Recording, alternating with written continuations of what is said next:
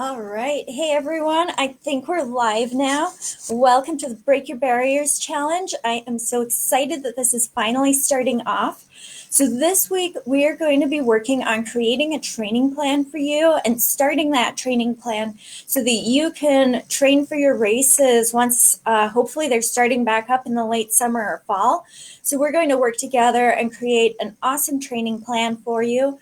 So that you know exactly what you need to do to train and you can be all ready to get back into racing in the fall. So just wanted to warn you, we're doing everything on Facebook Live, which means things aren't going to be perfect. I was already, having a little bit of trouble logging on today, but we'll make sure whatever happens, that we get you this content, whether even if something happens and I'm not able to go live now, I'll record the videos or at the right time. I'll record the video and post it as soon afterwards. Things won't necessarily go smoothly with technology, but we'll make sure to get you all this awesome information. So welcome to day one of the Break Your Barriers Challenge. Today we have some amazing content ready for you. We're going to be talking about the structure of the training plan, and this is so important so that you have an overview. We're going to go into more depth over the week of what the different types of training should be, but today we're going to talk about the 3 runs that you should always include in your training plan every week, and then go into more depth on the tempo run, which is kind of the bread and butter of a runner. So everyone, if you could be opening your worksheet, I posted it. It should be pinned to the top of the Facebook page, so it should be right above this or right below this. So pull that up. And then you'll be able to follow along. So awesome. Thanks everyone who's watching. For those of you who don't know me yet, my name is Joy Lackey. I'm a running coach and I help runners achieve their time, distance, and health goals. Even if you've tried to run before and haven't been able to stick with it, even if you've had to stop running due to an injury and you're nervous to get back into it, or if you have been running for a while but you feel like you've plateaued and you can't figure out how to get over that hump. My background is actually in massage therapy, and that comes a lot into play in the way I approach running. I've worked on a lot of endurance athletes, so runners, cyclists, and triathletes. And then I'm also an instructor with Run Right, so I teach running form clinics to help runners improve their efficiency and reduce their risk of injury. Awesome. By the way, as you're joining, I can't actually see everyone who's on. So make sure that you type in your name so that I can see you're here. I'm actually going to be doing some giveaways for people who are tuning in live and who are completing the homework threads. And so I want to be able to see who's here so that I can make sure to count you in so that I can do the drawing for the giveaway and make sure I get everyone counted. So just drop in a comment, let me know your name, who's on, who's watching, so that I can see that you're here. Awesome. So I really want to connect with you. Okay, it looks like, let me know if there's still no sound, and then, because it could be a problem on my end. Is everyone able to hear me? Hopefully, someone drop a note if you can hear me. Otherwise, I'll check back in when Simon. It's really not showing me who's watching. So there we go. It's a lot jumpy. Okay. I'm sorry about that. I am not sure what to do. It could be my internet here. I guess, well, I'll just keep going today and then I'll try this at home at home tomorrow and see if it's better or if it gets better now. Okay, awesome. So I see we've got, hi Simon, hi Stephen, hi Tom. Just let me know, give me some feedback. I'm so glad you guys are here. And if it's still really bad, I can try logging off and logging back on again and seeing if that helps. Oh, hi Linda, awesome. Perfect, thanks. Okay, cool, just a bit glitchy. So hopefully we'll still be able to get through the content okay and everything. Awesome. So I also, if you're taking part in the challenge, I really want to connect with you, and I'm here to support you through the homework and through the worksheet. So I know that a lot of you have responded to my messages. If you are registered and you haven't seen a message from me already, it's probably in your filtered inbox. So check that afterwards. Okay, cool. The sound is fine. Thank you, Simon. Um, so yeah, it's probably in your filtered inbox. And so just make sure you're checking that if you're following along with everything. So awesome. If everyone has their worksheet printed and opened, and let's focus. If you're anything like me, you probably have, 10 tabs open. So I'll just ask you, close those tabs and let's just give the next 30 minutes your full attention so that we can really come up with an amazing training plan for you. Then the other thing that you guys should know is that I'm going to leave these videos up until Monday, May 11th, and then I'm going to take them down again.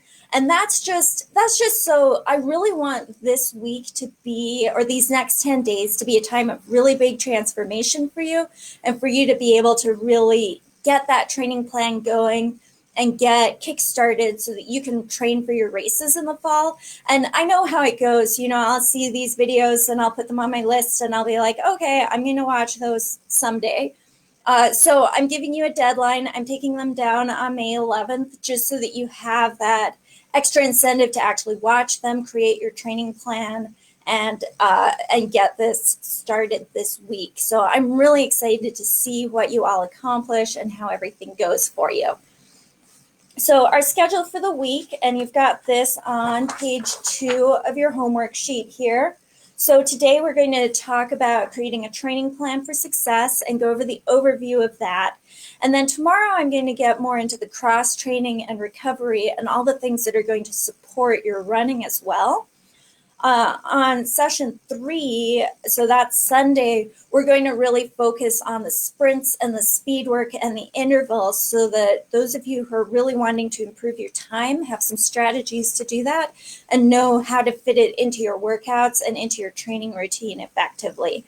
And then on day 4, this is what I really love and what I'm super passionate about. So make sure you tune in on day 4 is running form. So we're going to go over some of the really easy tweaks that you can make to your running form that are just going to make running so much more comfortable and so much more efficient for you.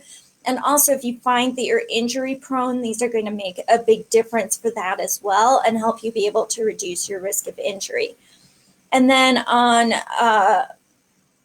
Monday, that's Tuesday. Tuesday is our session 5, and we're going to talk about how you do a long run, what you need to plan for that, and everything so that you can get your long run in and get that get the most out of that. And then we actually have some awesome bonuses afterwards. So after the 5 days of our plan here. And so I actually need to switch something. You'll see that I had the Q&A session on May 6th and then Jessica Rice on May 7th. We're actually switching those. So Jessica is going to talk on Wednesday, May 6th, and we'll do the Q&A session the next day. And she's amazing. She's going to talk about how you can use high intensity interval training to improve your running. And then we have Christina Canizares speaking on her experience training for a triathlon. I know that we have a lot of triathletes in this group or people who run and cycle, so that'll be really cool. And then Kirsten Lackey, who's a registered dietitian, is going to speak on how you can fuel yourself for your best run, and just like what you eat before, what you eat after, what you can eat during if you need to. So then I'm going to post a homework thread after each day so that you can share what you're doing, let us know how you're doing with the training plan, and post any questions. And then for those of you who are showing up live and participating in the homework, we're going to do some giveaways as well. So one of the giveaways is going to be one of the most influential books in my running, which is Run for Your Life by Mark Cucuzzella. And then there are a couple of other really fun prizes too. So also, for those of you who are watching, I know that when I'm watching a Facebook Live, like I sometimes don't feel comfortable commenting or don't want to interrupt the speaker or anything, but I just want you to know that this is a safe space. I really want you to feel comfortable asking questions if anything's not clear. And so feel free to comment and participate. It actually, like I said, it really helps me to know who's here, because then I can make sure to put you in the list for the giveaways and just kind of know what you're thinking, and if anything's unclear, if I need to explain anything better. So just drop in the comments. I'd love to hear from you. If you've already gone for your run today, how far did you run? If you're planning to run later on today or tomorrow, just let me know, when you're planning to do your run in the next couple of days. So awesome. Yes, today we are going to get into the overall schedule. If you turn to your page 1 here, we've got some fun charts here. So I just want to go over a little bit. Oh, hi, Thomas. Thanks for joining in. So I just want to go over a little bit the idea behind this. So you'll see that I have on here just 3 major runs, and we're going to go over tomorrow some of the things you can do for cross training, but I just wanted to explain a little bit. So my background is in massage, as I said, and that plays a lot into how I think about running coaching. I see so many people, and I've seen so many people, for instance, if there's anyone here who loves CrossFit, I don't want to pick on you, but I'll see kind of that mentality if I have to work out and hit the gym and do this, 6 or 7 days a week to get any benefit. And I definitely understand that, like, to a certain extent, like, you do want to be staying active every day and getting some exercise in every day. But I see so many people who get these repetitive injuries because they're repetitive strain injuries because they're overstretching themselves and not leaving themselves recovery time. So I put in this schedule 3 key runs that are going to be your most effective runs. So every week you do want to include a tempo run, which is at a speed that you can maintain for 45 to 60 minutes. You want to include some kind of speed training, especially if you're training for speed, and you want to include a long run. And then the other days, if you run for the sheer love of running, you can include short days, short runs on the other days.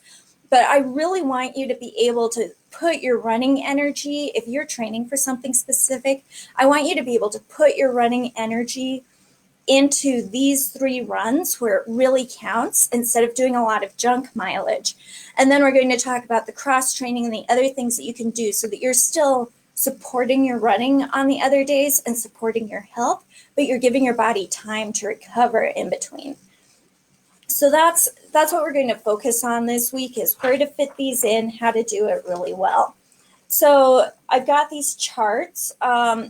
It's a little bit difficult. This is kind of a generalization, because I know that we have people in this group doing everything from couch to 5K to ultra marathon runners. And so you're going to find that you fit in different places in this chart.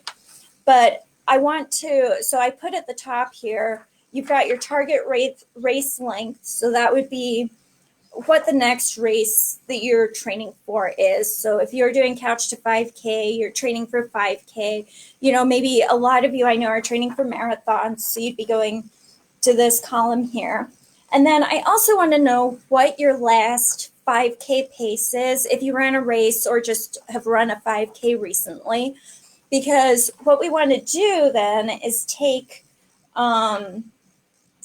on all of these, you'll see, so as part of the idea of speeding up and increasing your speed, we're actually going to base that speed on your 5K pace. And so if you're training for a new 5K and trying to improve your speed, then you'll see you want your speeds to all be a little bit shorter than your last 5K pace. Of course, that's not necessarily realistic if you're doing a longer race, but you still want to kind of base your training, so and again, everyone's at a different level of fitness, so you can kind of adjust from here. But when you're training, doing your tempo run, training for 10K, you want to aim to have your pace per mile or per kilometer just a little bit faster than your 10K or than your 5K pace. You know, it'll be, if you're training for a marathon, it'll be significantly longer per mile because you need to conserve your energy over a lot of distance. So I put some little formulas here. When you're doing your interval runs, you're actually focusing much more on picking up that speed. So these times are all going to be a little bit shorter.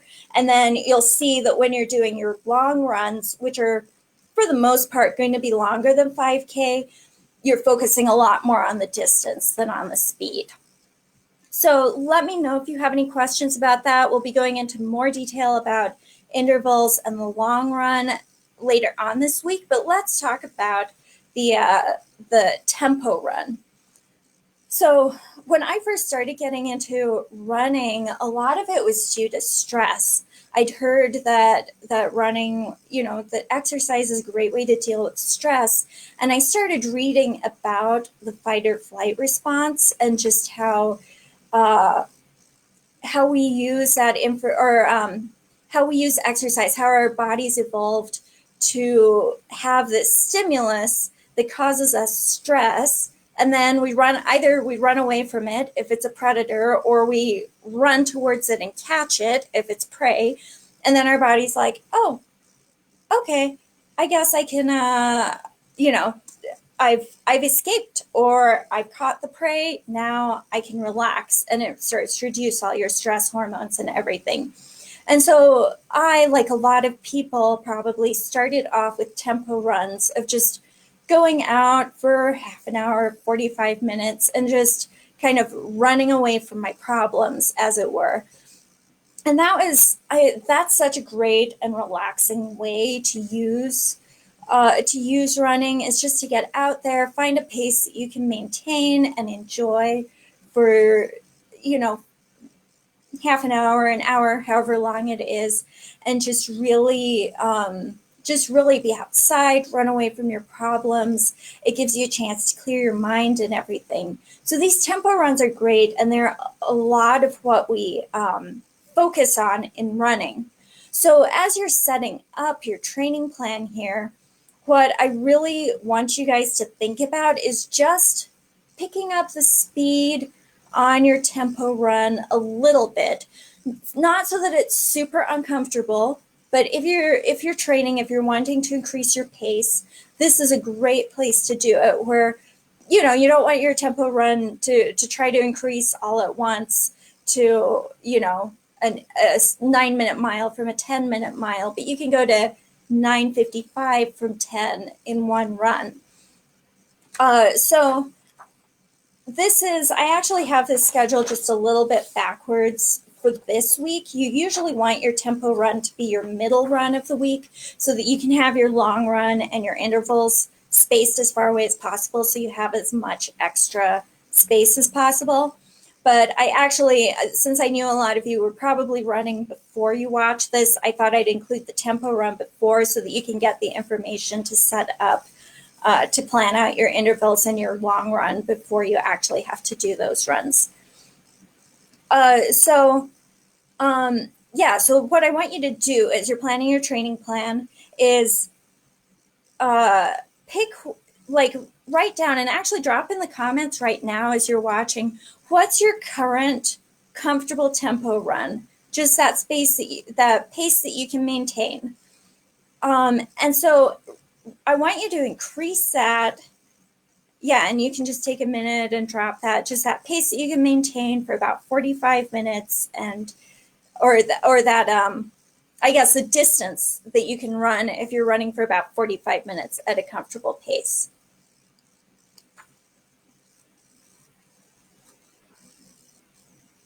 Awesome. And so what I want you to do is think about picking up, so you're going to increase the distance and increase the speed on it a little bit every week. So you're going to take your 5K pace and reduce it a little bit. If you're training for 5K, you'll take your 5K pace and reduce it by 5 seconds. Your 10K pace, you probably want to have it about 10 seconds longer.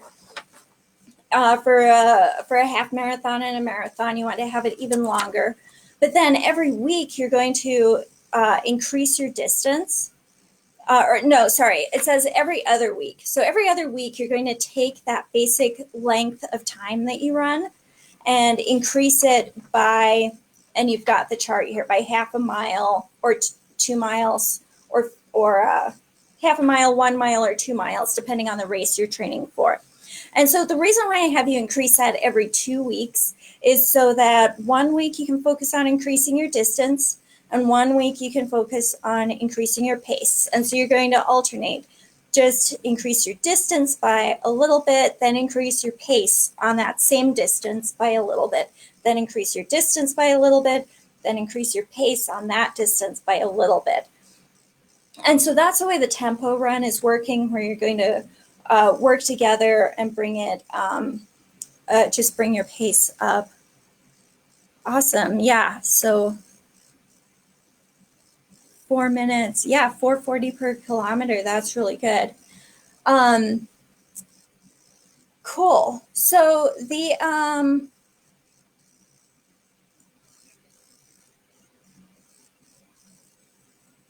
other thing that you want to focus on in a tempo run, and this is something that I really struggle with, is to focus on even splits. So here's the other thing. So you're focusing on increasing your distance, then increasing your speed, then increasing your distance, then increasing your speed. But then the other thing that you want to incorporate in this training plan is to focus on keeping your splits even. So I tend to, as a lot of us do, I'll start off a lot faster and then gradually slow down each mile. And so this is where your run is going to feel maybe more intense than you're used to for a tempo run, because you really want to be keeping track. You know, if you run 4:40 minutes per kilometer, like Simon does, then you want to keep all of your, like, each kilometer at that same pace. So you're going to feel like you're starting off a little bit slow, and then but then that's going to start feeling really fast at the end when you start getting fatigued. So that's something to really focus on. That's going to make your races so much more effective if you get used to that feeling of starting off, pacing yourself, starting off what feels like is really, it feels like really slow, especially if you're doing a longer race and you're running your actual pace on that first mile or first kilometer. That's going to feel really slow, but then by the end, when you're maintaining that same speed, it's going to feel really, really fast.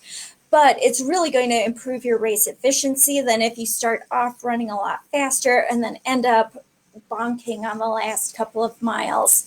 So that's something else to really, really focus on.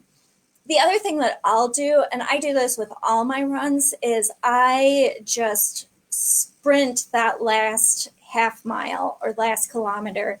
That's when I just put in all out effort. So I actually aim in a way for negative splits I try to keep them all even, but I really want my last one to be faster than my first one, which I'm really bad at doing. I'm still working on that. I can usually get my last one to be the second fastest, but I always start off way too fast. So we all have stuff to work on, and don't stress it. If you're not achieving this, it is really hard to do. But it's something to focus on that's going to make your racing much more effective. And then the last thing to focus on is training. If you have a target race that you really want to improve your time or improve your distance on, train in as close as possible to that race environment as possible. So if you know that you're on a hilly course, make sure that you're seeking out, make sure that you are seeking out hills to train on so that they don't take you by surprise and slow you down. If you know that the time you're running your race is going to be really, really hot and humid, you might want to train a little bit more during the hotter part of the day, or if you know that you're running in the winter and it's really cold, you might want to practice running with layers. Obviously, whatever's realistic, you don't want to be running with layers in the middle of the summer, but, train as close to possible in your race environment. Awesome. Let me know if you have any questions. So Simon says, would you recommend a tempo run sandwiched between warm up and warm down miles? That's an awesome question. So the way I do it, and if you have a strategy that works for you, that's awesome, stick with it. But I tend to include my warm up as part of the run because of the fact that I tend to start off too fast anyway. And so often that especially if I'm doing a longer run, the tempo, my average tempo is actually kind of a nice warm up anyway, because it feels really slow when I'm first starting off. And that helps keep me from starting off too fast and then kind of crashing towards the end. I wouldn't do that for a race. For a race, I would warm up first and then run. But that's the way I approach it. If, some people, especially if you start to feel stiff or you start to get injuries, you can definitely walk or do a really slow jog and then start doing your tempo run. But the way I do it is I just include that tempo run or that first mile is my warm up. But then the cool down, yes, I do that separately. So I will full out sprint for the last half mile. And then I turn off my app and then I just walk for about 10 minutes to slow down, to kind of cool down my muscles and everything. So yeah, that's a great question. Thanks. Awesome. Does anyone else have any other questions about that or about anything? Okay, awesome. So to summarize, so usually the tempo run, unlike what I have on this sheet here, will be your middle run of the week so that you have your speed work and your long run set as far apart as you possibly can. You want to be alternating weeks where 1 week you're picking up your speed a little bit, just start with what your comfortable run is. But 1 week you're picking up your speed by maybe 5 seconds a mile, or 2 to 3 seconds per kilometer. And then the next week you're increasing your distance, and I've got that on the chart here, what's kind of a good distance to increase that by, based on what race you're training for, so that you can still achieve that distance that you want to. And you'll pick it up. I've got here, how far you're building up to based on the race that you're training. So that's actually back to Simon's question, would you include that warm up in your tempo run? That's part of why I have here for the 5 and 10K, why I have the tempo run as longer than the actual race, is so that you can do your warm up on race day. You can do your warm up beforehand and not have worn yourself out or like used up a bunch of your energy doing that. You're still feeling like you've got that energy to finish that race well. So alternate between picking up speed, picking up distance, and then focus on getting those even splits and make sure that you're training in your race environment. So awesome. I'm going to post a homework thread after this. Let me know if you have any questions or anything. And then I just wanted to know in the homework thread, I'll just have you post what days you're planning to do your tempo, intervals, and long run. And we'll be going into a lot more detail about what those intervals and that long run should be. So awesome. Thank you, everyone, for tuning in today. I am so excited to see everything that you achieve and the training plans that you make this week. Have a wonderful day and enjoy your run if you're going out running now.